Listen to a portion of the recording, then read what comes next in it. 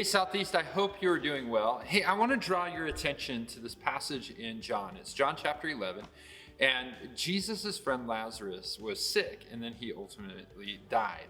And what was interesting about this is that Jesus, before he went to go see Lazarus, he waited. Like, he got word that Lazarus was sick, and he waited, and then Lazarus ended up dying. Now, here's the thing. Jesus knew what he was going to do. He was going to go and he was going to heal Lazarus. He was going to call him out of the grave. He was going to raise him to life. Again, pointing to the fact that Jesus can conquer death. But here's one of the things that's so fascinating about this story is that Jesus knew that he was going to raise Lazarus from the grave. But right here, as he's going, he runs into Mary, and Mary asks him, he's talking to her, and this is what happens then.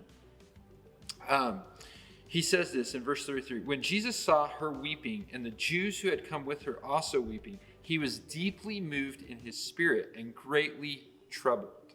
And he said, "Where have you laid him?" They said to him, "Lord, come and see." Jesus wept. That's fascinating to me because it means Jesus knew that he was going to heal Lazarus. He knew that he was going to raise him from the grave because he is the resurrection and the life.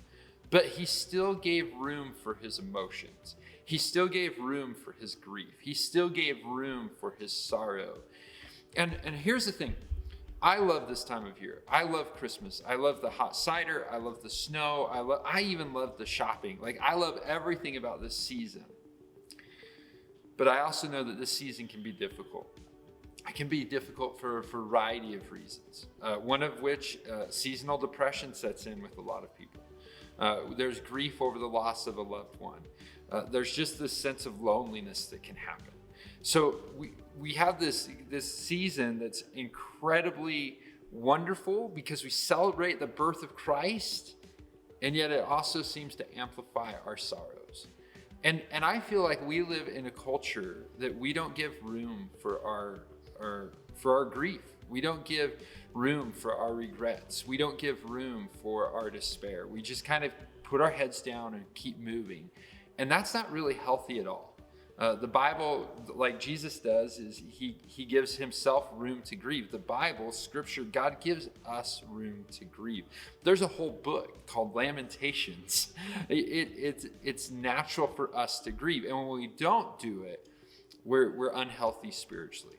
And so this Friday, I want to tell you about a special worship service. It's for those who are grieving. It's for those who are going through a difficult time in their life.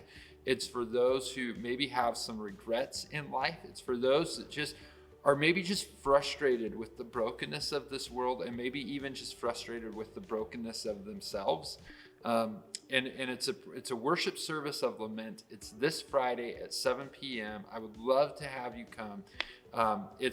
We also have childcare for that, so be sure to mark your calendar for that. Also, coming up, it's not too early to mark your calendar.